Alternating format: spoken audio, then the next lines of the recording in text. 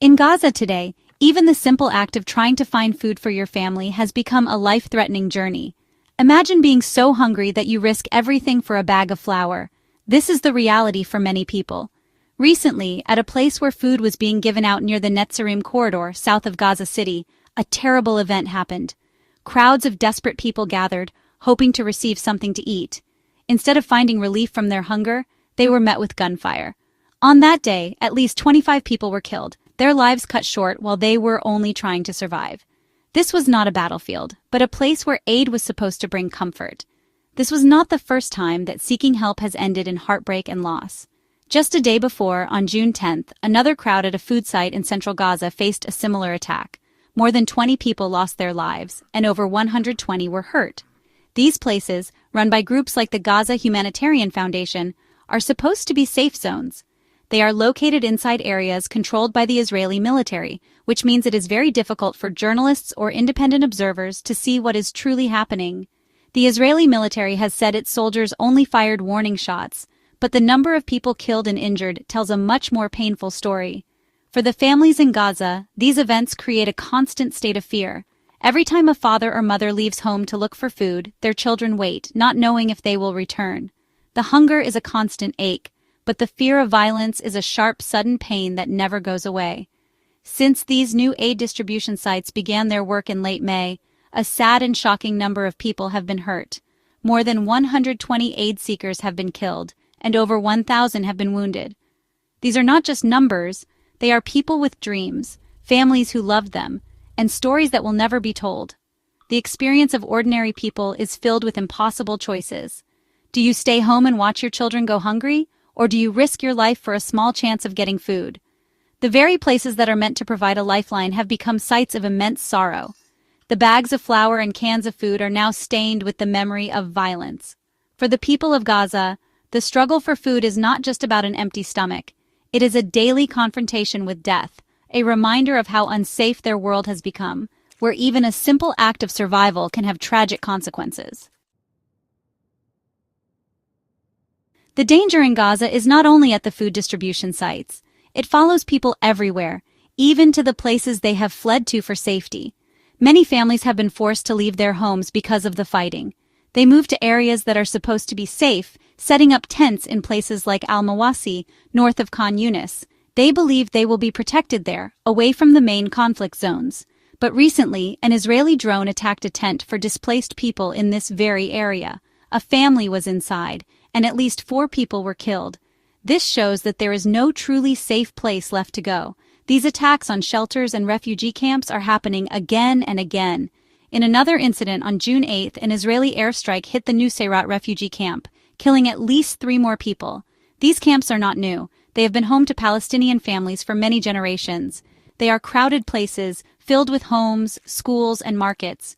When a bomb falls here, it destroys not just a building, but a whole community's sense of security. The people living there are not soldiers, they are civilians, including many children and elderly people, who are just trying to live their lives in peace.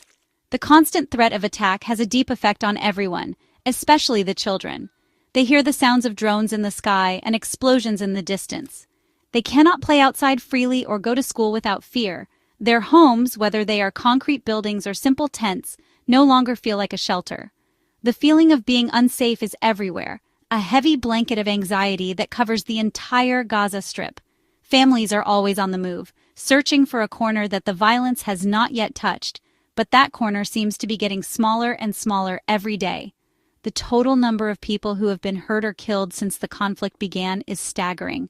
According to the health ministry in Gaza, at least 54,981 Palestinians have been killed.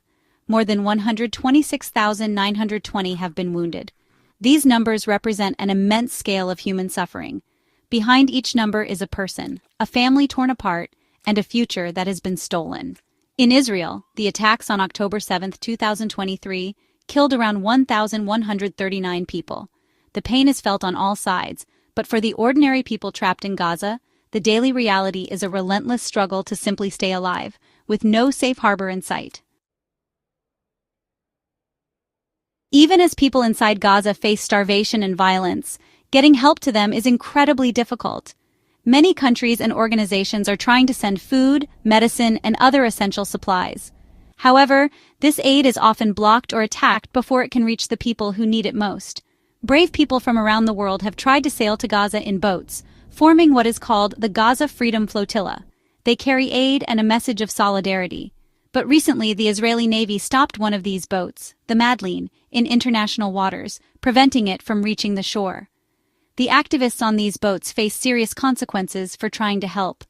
On the Madleen, there were 12 people.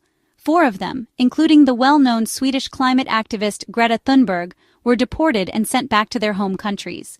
When she returned, she described how the activists were treated, saying they were kidnapped and dehumanized. The other 8 activists on the boat refused to leave voluntarily. They were taken into custody in Israel.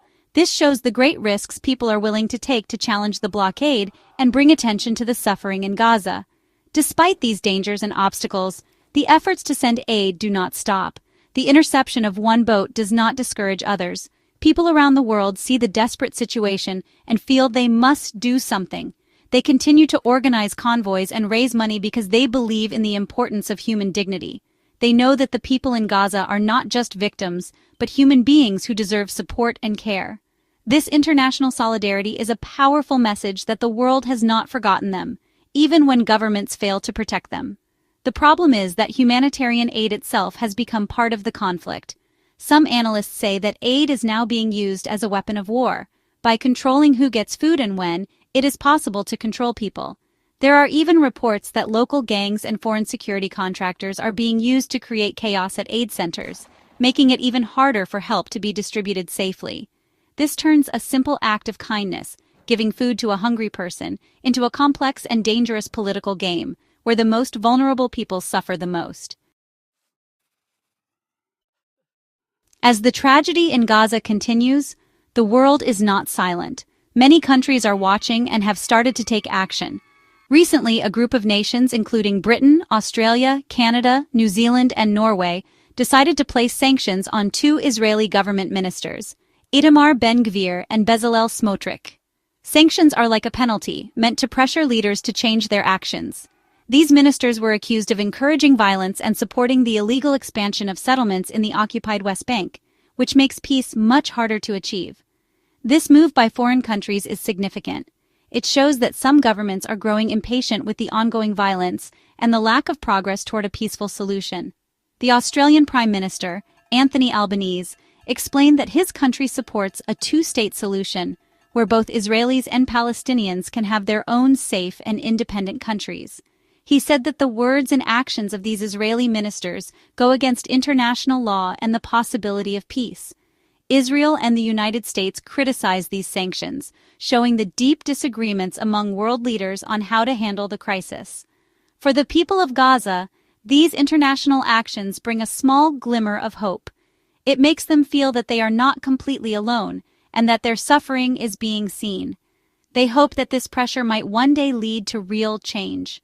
They dream of a future where their children can grow up without fear, where they can rebuild their homes and their lives.